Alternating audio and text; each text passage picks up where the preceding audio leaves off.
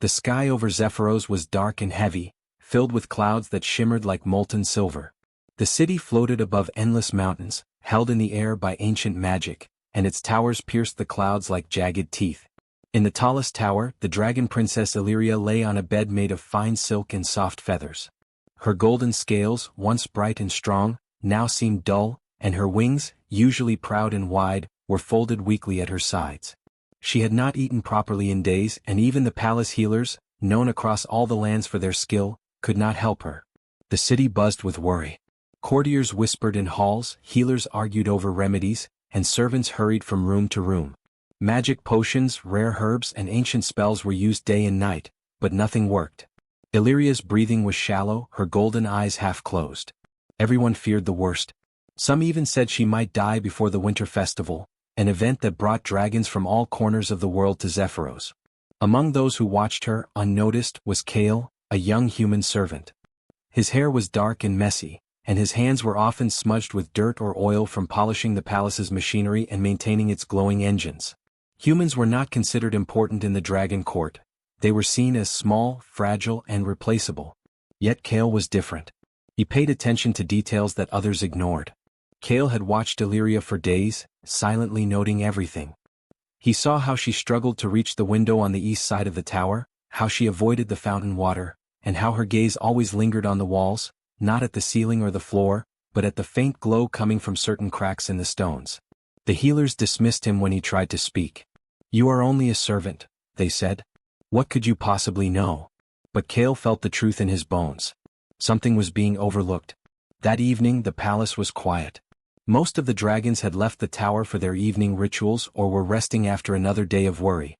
Kale moved carefully, slipping past the sleeping guards and into the room where Illyria lay. Her breathing was faint, and her chest rose and fell slowly, each movement fragile like a bird's wing. He knelt by her bed, studying her, thinking, searching for what others had missed. Then he saw it. A faint shimmer of light behind a curtain near the east window, almost invisible unless someone looked closely. He had noticed it before, but only now did he dare to approach. He pulled the curtain aside, revealing a small crystal, about the size of his hand. It glowed softly, like a tiny sun trapped inside glass. Kale's heart pounded.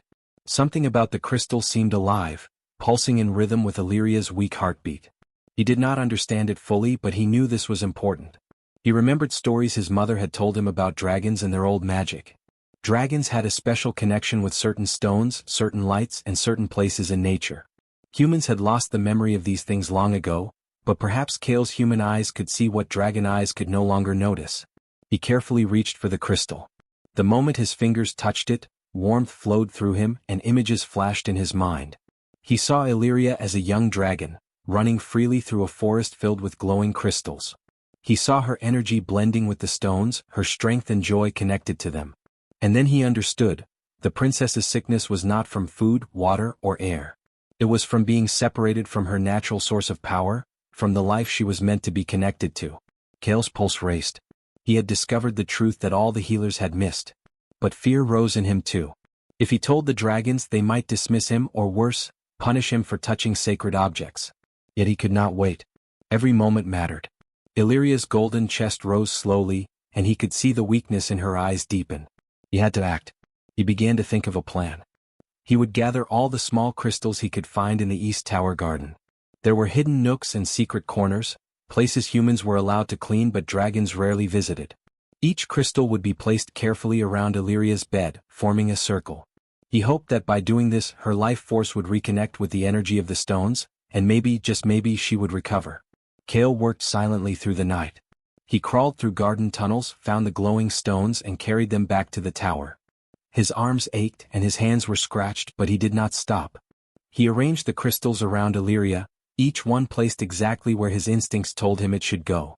The air in the room began to shimmer, soft light spreading across the walls, reflecting in Illyria's half-closed eyes. Hours passed. Kale knelt on the floor, exhausted, and watched. He whispered encouragement, though he knew the princess could not hear him in her weak state. He felt the energy from the crystals begin to stir, faintly touching Illyria, warming her skin, and moving like a gentle river through her body. Finally, her chest rose with a deeper breath. Her eyes flickered, opening slowly, wide and alert. She gasped softly, then looked around the room. When her gaze fell on Kale, she blinked in surprise, but also recognition. She had felt the connection even in her weak state. Kale's heart leapt. The human servant, dismissed by everyone else, had done what no healer could. Outside, the city slept under the silver clouds. Inside the tower, a tiny flame of hope had been reignited. Illyria's life was saved, and with it the possibility of a new understanding between dragons and humans, a bond that had yet to be realized. Kale stayed by her side, knowing that this was only the beginning, that his discovery was more than a miracle. It was the start of a story that would change everything. The morning sun barely touched the floating towers of Zephyros, yet the east tower glowed with a strange light. Kale, the young human servant, moved quietly through the hallway, carrying a small satchel. Inside, he had collected more of the glowing crystals he had discovered the night before. Each one hummed softly as if alive, and Kale could feel a tiny warmth radiating from them. He walked carefully, aware that dragons could be suspicious of human activity, especially in areas where magic was involved. The east tower was quiet, almost too quiet. The walls were made of pale stone, smooth and cold, and the air smelled faintly of mist and old magic. Kale paused at a door near the top of the spiral staircase. He had never noticed it before, or if he had, it had always been hidden behind tapestries and dust. But now, after watching Illyria closely and seeing her weak state, he understood that this door held secrets. He tried the handle. It was old, rusty and slightly sticky, but it turned. The door creaked open, revealing a small room bathed in soft, golden light. The room smelled faintly of earth and minerals. On the floor, there were crystals scattered in patterns that Kale did not fully understand. They pulsed gently, almost breathing in rhythm with the room itself. In the center of the room was a pedestal, and on it lay a single, larger crystal, glowing brighter than all the others. Kale approached it slowly. He knelt down, running his hand over its smooth surface. The moment he touched it, his mind filled with visions. He saw Illyria as a hatchling, playing in a forest of crystals, her tiny claws brushing against the stones. He saw her energy flowing into them, glowing like sunlight on water. Then he saw a dark moment, when humans and dragons began to separate their lives, and the crystals were left behind in forgotten places. The vision faded, leaving Kale stunned. He realized that the princess's sickness was caused by being cut off from this energy, the very source of her strength. Kale took a deep breath and looked around. The room was a hidden library of magic, forgotten by the court and ignored by the healers. Crystals lined the walls, arranged in patterns that pulsed faintly. Each stone seemed to be waiting for someone to notice, someone to bring life back into the room. Kale understood that he had found an ancient secret, a source of power and life that no one in the palace had touched for centuries. He carefully lifted the largest crystal from the pedestal. It was heavier than he expected, warm to the touch, and it seemed to hum with energy. He held it close to his chest, feeling its power move through him, filling him with hope and determination. He knew what he had to do. He would bring these crystals to Illyria and reconnect her with the life force she had lost. Kale spent the day exploring the East Tower, finding hidden shelves and small alcoves where more crystals were stored. Some were tiny, no bigger than his fist, while others glowed brighter than a candle in the night. He arranged them carefully in his satchel, making sure none were damaged. As he worked, he noticed strange symbols etched into the stone walls, ancient markings, almost invisible, that seemed to tell a story of dragons, magic, and humans. Kale traced the symbols with his fingers, realizing that the story was about balance, about two species learning to live together, and about the cost of forgetting that connection. By late afternoon, Kale returned to Illyria's room. She was resting, her eyes closed, but there was a faint glow in her chest where the life force had begun to stir the night before. He placed the crystals gently around her bed, forming patterns he had seen in the East Tower room. The moment he did, the air changed. It felt warmer, lighter, filled with a soft hum that resonated through the tower. Illyria's chest rose more evenly, her breathing deepened, and a faint color returned to her golden scales. Kale knelt beside her, watching in awe. The largest crystal he held pulsed softly, and he could feel it sending energy into the princess. The light spread through her body like water flowing into a dry riverbed, filling her with strength she had not felt in days. He whispered softly, "You can do it, princess. Just let it flow." He did not know if she could hear him, but he spoke anyway. Sometimes the human voice carried more than magic. It carried hope. As the sun began to set, casting long shadows across the palace halls, Illyria stirred. Her eyes opened slowly, bright and aware. She looked at Kale, recognition flashing in her gaze. You found them, she whispered, her voice weak but filled with wonder. Kale nodded, careful not to startle her. I saw where your strength comes from, he said simply. You are connected to these crystals. That's why the healers could not help you. They did not know. Illyria tried to move, testing her wings, and a small smile appeared on her face. I feel different, she said, struggling to form words. Her scales shimmered faintly, brighter than they had in days. The light from the crystals seemed to merge with her own energy, and for the first time in a long while, she felt hope. She reached out a claw and Kale took it gently, holding it to steady her. You saved me, she said. Kale shook his head. I only showed you what you had lost, he replied. The palace healers arrived later, seeing the glow and the renewed strength of the princess. They were shocked and confused, unable to explain the sudden recovery. But Kale and Illyria shared a silent understanding. They did not need their approval. The secret of the East Tower, the power of the crystals, was something they had discovered together. A bond had formed, one built on trust, insight and courage, rather than rank or magic alone. As night fell over Zephyros, the tower glowed softly, the crystals radiating light that filled every corner of the room. Illyria rested, her wings folded but strong, her eyes calm. Kale remained beside her, watching, thinking and planning. He knew that this was only the beginning. The East Tower had revealed its secrets, and now the princess and the human servant shared a connection that could change everything, not just for themselves but for all dragons and humans in Zephyros. For the first time in many days, the floating city seemed peaceful. Outside, clouds moved slowly across the sky, reflecting the golden light from the tower. Inside, hope had returned, fragile but growing. Kale looked at Illyria and smiled quietly to himself. He had found the truth and the princess was alive. Together, they would discover what this new bond meant, and the secrets of the East Tower would guide them on a path no one had dared to walk before. The morning light spilled over Zephyros, but Kale barely noticed. His mind was focused on one thing, saving Princess Illyria completely. Though she had rested and shown some strength after the crystals were placed around her, Kale could tell that her energy was still weak. She needed more than gentle light and warmth. She needed the full connection to the crystals, the source of her life. The healers had tried everything they knew and they had failed. Only Kale understood what had to be done. The East Tower was quiet. Even the guards seemed to sense that something important was happening and stayed away. Kale carried a satchel full of crystals, each glowing softly, humming with faint energy. He looked at Illyria lying in her bed, golden scales flickering in the soft light. Her breathing was steadier than yesterday, but her wings trembled when she tried to move them. He knelt beside her, studying her carefully. Princess, he whispered, we have to do this together. She opened her eyes slowly, curiosity and trust shining in them. She did not speak, but she nodded slightly. Kale smiled a little nervously. He had never attempted anything like this before, and the thought of failing filled him with fear. But he pushed the fear aside. He had a plan, guided by the visions from the East Tower, and he had to try. Kale began placing the crystals in a circle around Illyria's bed. He arranged them carefully, matching the patterns he had seen in the secret room. The larger crystals went closest to her, and the smaller ones filled in the spaces between. The light from the stones grew brighter as they were aligned correctly, casting soft golden shadows across the room.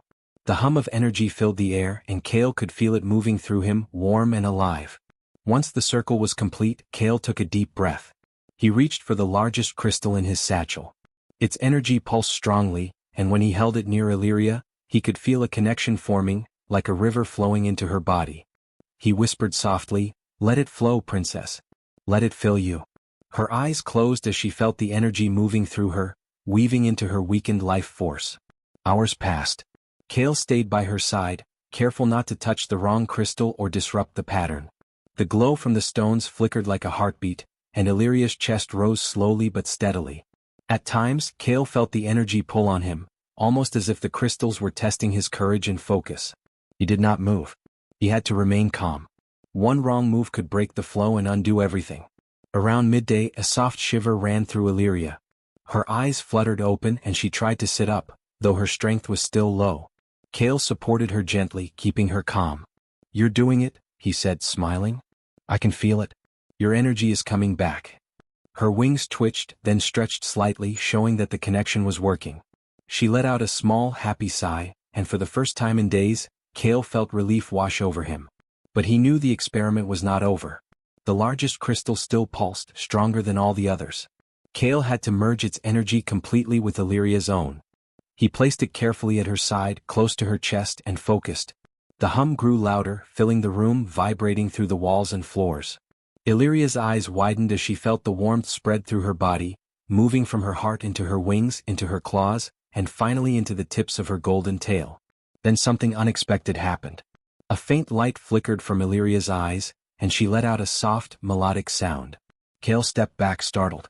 He had never heard a dragon make that sound. It was not a roar, not a cry, but a song of life and strength. The crystals responded, their glow intensifying, and the circle around her shone as if it were alive. Kale could feel the energy surrounding him, filling the room with a sense of magic and hope unlike anything he had ever known. Minutes stretched like hours. Kale stayed focused, speaking softly to Illyria, guiding her without touching her. "Trust the flow. Trust yourself," he whispered. The glow from the crystals spread further, touching the corners of the room, then fading back toward the princess, as if the stones were breathing with her. Illyria's breathing became strong and even, her chest rising and falling with power. Her wings fully extended, shimmering in golden light. Finally, Kale let out a quiet sigh of relief. The dangerous part of the experiment was complete. Illyria sat up fully, her scales bright and radiant. Her eyes shone with energy, life flowing through her in a way that had not been seen in days. She looked at Kale, a smile forming on her face. "You saved me," she said, her voice steady now, warm and full of gratitude. Kale shook his head, smiling back. "I only helped you remember your strength," he said simply. Illyria tried her wings, stretching them and flexing them. The movement was smooth and powerful. She looked at the circle of crystals, now glowing softly, and understood. They had always been a part of her, and Kale had simply helped her reconnect. The princess reached out, touching Kale's shoulder gently. "You have courage, more than most dragons I know," she said. Kale blushed but remained humble. He had acted because he believed it was the right thing, not for praise. Later, the palace healers arrived, astonished to see Illyria fully recovered. They could not explain how it had happened. Kale stayed quiet, watching her. He knew that the secret of the crystals was something only he and Illyria could understand.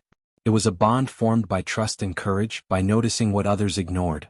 The human had acted when all else had failed, and the dragon princess had trusted him when it mattered most. As the sun set, casting long shadows across Zephyros, Kale and Illyria sat quietly, the circle of crystals still glowing softly.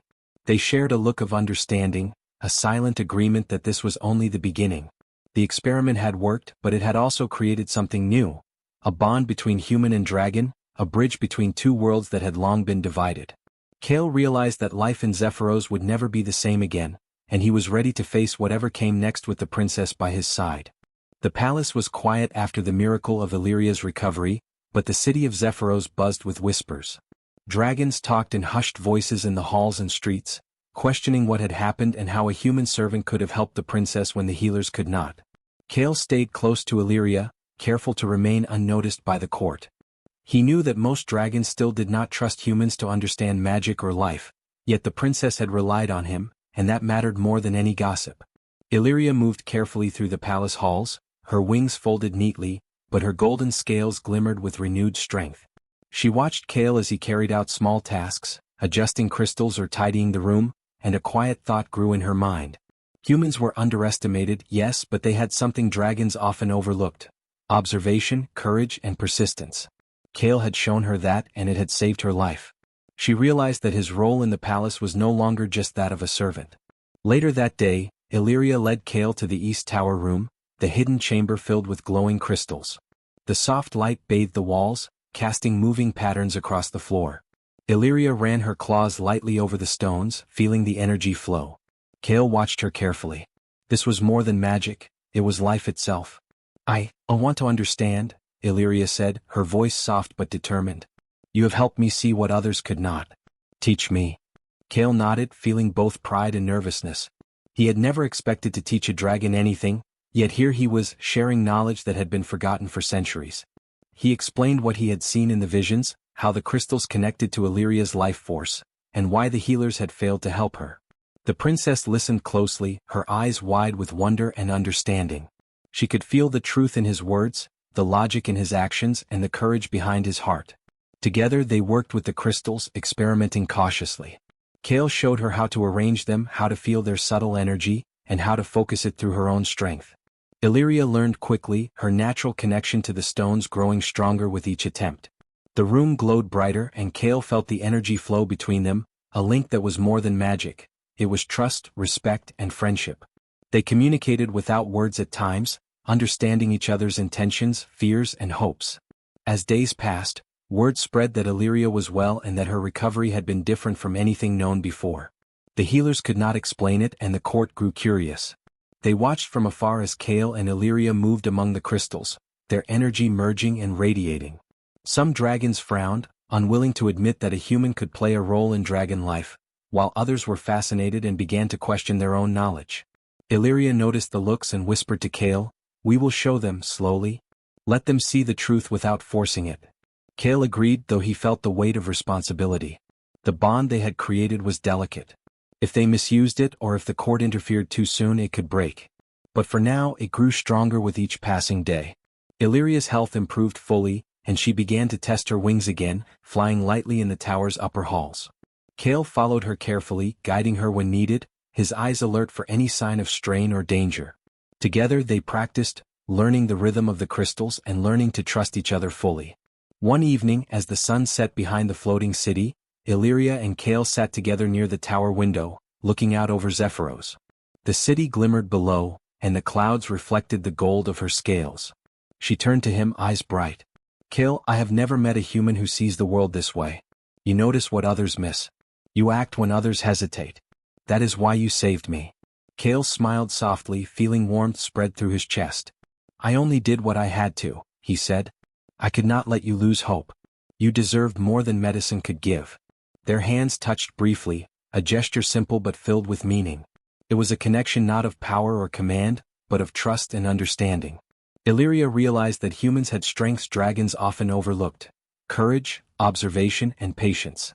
Kale realized that dragons had strengths humans could learn from: wisdom, connection to magic, and resilience. Together they formed a balance, a bond that neither species had fully appreciated before. As the night grew darker, Illyria's eyes closed and Kale stayed beside her. He felt the gentle hum of the crystals surrounding them, and he knew that the bond they had forged was more than a temporary alliance. It was a bridge between two worlds, built on mutual respect, courage, and understanding. The bond would grow not only to help Illyria, but to show all of Zephyros that humans and dragons could work together, each learning from the other. In the following days they began to plan carefully. Illyria shared her thoughts with Kale, asking him to help her teach the court about the crystals, about life, and about the importance of trust and observation. Kale agreed, knowing that it would take patience. Dragons were proud, and the idea of learning from a human would not be easy for them to accept. But he also knew that change often began quietly, with a single act of courage. By the time the first light of morning touched the city again, Illyria and Kale had formed a routine. They explored the East Tower room, experimented with the crystals, and strengthened Illyria's connection to the energy that had saved her life. Their bond grew deeper with each passing day, a mix of friendship, respect, and shared discovery. Neither cared what others thought. Their focus was on life, trust, and the new possibilities their connection had opened. And so, in the quiet moments of Zephyros high above the mountains, a dragon princess and a human servant created something extraordinary. A bond beyond worlds, one that could change everything, not through force or power, but through understanding, courage, and trust. They were no longer just a princess and a servant. They were partners, allies, and friends, ready to face the challenges of a world that had never seen humans and dragons work together in such a way. The morning sun bathed Zephyros in golden light, reflecting off the towers and glimmering across the clouds. The city was alive with movement and whispers. News had spread quickly. The dragon princess Illyria was fully recovered, and the human servant Kale had played a role in saving her. Many dragons were shocked, some doubtful, others curious. The court was quiet with tension, unsure how to react. Kale and Illyria, however, were not concerned with opinions. They had work to do and a bond to honor. Illyria moved through the palace halls with grace and confidence. Her wings were strong, her scales shining in the morning light. She paused at the East Tower, the room where the crystals had healed her. Kale followed, carrying a small satchel filled with more stones. "We need to show them," Illyria said softly, her eyes on the glowing crystals. "We cannot force them to believe, but we can guide them." They need to understand the bond we have discovered. Kale nodded. He felt the weight of responsibility but also the excitement of possibility. The first meeting with the court was cautious. Dragons gathered in the grand hall, their scales reflecting the sunlight streaming through high windows. The healers stood silently, unsure what to say. Illyria stepped forward, Kale beside her, and spoke. "I am well because of these crystals," she said, gesturing to the stones arranged in a pattern around her. "They are part of our history, part of the power of dragons. But they need guidance. They need understanding. Kale has helped me see what I could not on my own." Murmurs filled the hall. Some dragons whispered doubts, some curiosity, and a few nodded slowly. Kale spoke next, carefully, clearly, his voice calm but confident. "I am only human. I do not know as much as you and I do not understand magic fully. But I can see things others might miss. I can notice patterns, connections, and details that are easy to overlook." Together, Princess Illyria and I discovered how to reconnect her to the crystals and restore her life. A silence followed. The court studied Kale and Illyria, seeing the truth in their words. Illyria stepped closer to him. "We share this bond," she said. "It is built on trust, courage, and understanding. Humans and dragons can help each other. We can learn from each other. That is the lesson I hope you will accept." Some dragons looked uneasy, proud creatures and used to listening to humans as equals. But others leaned forward, their eyes wide with curiosity. Slowly questions began. How did the crystals work? How could humans notice patterns that dragons overlooked? Could this bond help others in need? Kale answered patiently, showing respect for their knowledge while sharing what he had learned. Illyria guided the discussion, demonstrating the connection between her energy and the crystals. Over the next weeks, more dragons began to see the value of humans beyond simple tasks. Kale worked with Illyria, teaching carefully, showing how humans could assist in subtle ways. Dragons observed and gradually participated, adjusting their ancient customs to include human insight. It was a slow process, but the changes were real. The city of Zephyros felt the shift. There was a new sense of possibility in the air, a feeling that cooperation could create something stronger than tradition alone. Illyria and Kale continued to practice with the crystals. Each day their bond grew stronger. They could sense each other's thoughts without words, guide each other's actions, and strengthen the magic together. Illyria's health remained perfect, and her power now flowed steadily through her wings, claws, and tail. Kale's understanding of the crystals grew deeper, and he learned to feel the subtle shifts in energy that guided life itself. Together they were no longer just princess and servant, they were partners, equals in a new way of thinking. One evening, Illyria and Kale stood on the highest balcony of the palace, looking out over Zephyros. The floating city glowed beneath them, golden towers reflected in clouds like mirrors. Illyria's eyes sparkled. "Do you see, Kale?" she asked softly. "We have begun a new era. Humans and dragons working together, learning from each other. Our bond shows that strength comes not from magic alone, but from courage, trust, and understanding." Kale nodded, feeling warmth spread through him. "I see it, Princess. And I believe it will grow. Other humans, other dragons, they will learn too. This is only the beginning." He looked at her, grateful that she had trusted him when all others had doubted. She smiled, a soft, shining smile, and extended her claw. Kale placed his hand against it, a gesture simple yet full of meaning. They were equals now, a symbol of what the city could become. The next day the festival began. Zephyros celebrated with music, lights, and flying displays. Illyria led a flight across the city, her wings spreading wide, golden light streaming from her scales. Kale followed, guiding her subtly from below, ensuring safety and balance. The court watched in awe, and even the most skeptical dragons began to accept the new truth. Humans had a place beyond servitude. They could observe, learn, and help in ways dragons could not alone. By evening, the festival was over, but the changes in the city were permanent. Humans and dragons began working together in more areas: gardens, laboratories, and exploration. Trust grew slowly but steadily, and Kale became a respected figure in the palace, not because of title but because of courage, intelligence, and compassion. Illyria remained a strong, wise, and glowing symbol of the power of cooperation. High in the East Tower, the crystals still glowed softly. Illyria and Kale often returned, checking their arrangement, feeling the energy, and remembering how fragile life had been before their bond. They smiled at each other quietly, knowing that their trust had not only saved a life but had created a new way forward. Zephyros would never forget the story of the dragon princess and the human who saw what others missed. And so, a new era began.